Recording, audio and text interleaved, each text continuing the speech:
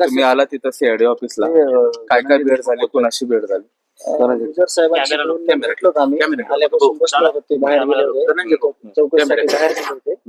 तर त्यांनी सांगितलं की तुम्ही केजला या, आपण तिथं तुम्हाला अजून काही चौकशी खूप करण्यात आली काय सांग.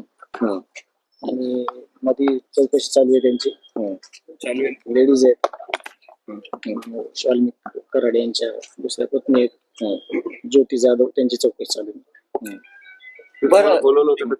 हायकोर्टात एक विषय असा आहे की वाल्मिक कराड याला सह आरोपी करा या संदर्भातली तुमची मागणी आहे आणि पुरवणी जबाब घेतला जाऊ शकतो किंवा तुम्ही तशी विनंती केली अशी माहिती आलेली आहे, त्याबद्दलच जरा आम्हाला सांगा. तेच उद्या माहिती आम्ही सगळी घेतली ना, जी सीआयडीची टीम आहे, त्याच्यानंतर मग तुम्हाला मी बोलतो.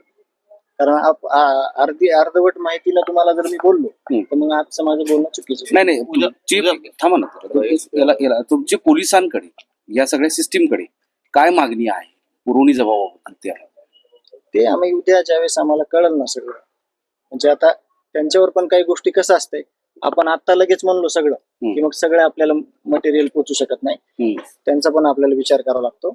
तर त्याच्यामुळं उद्या आम्हाला ज्यावेळेस सगळी माहिती कळत, आज पण मी इथं स्वतःहून आलोय, उद्या पण मी तिथं जाणार आहे, मला बोलवलंय उद्या, माहिती घेऊन मी तुम्हाला सविस्तर सगळ्यांना बोललो. तुम्हाला सगळ्या पत्रकार बंधूंना माहिती आहे, मी पहिल्या दिवशीपासून तुमच्या दूर कुठेही गेलेलो नाही, तुमच्या समोर आहे.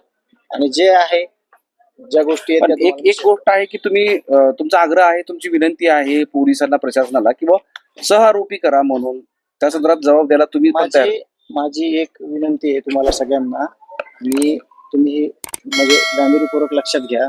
मी आतापर्यंत असं म्हणलेलो आहे आता वारंवार, जे माझ्या भावाची हत्या झाली त्या भावाच्या हत्येमध्ये जे कुणी कटकारस्थान केले, जे कुणी सह आरोपी आहेत, त्यांना 100% शिक्षा झाली पाहिजे, हे मी पहिल्या दिवसापासून म्हणतोय, आता पण म्हणतोय आणि कधी पण म्हणणार. आणि न्याय भेटल्याशिवाय मागे सरकार नाही. न्याय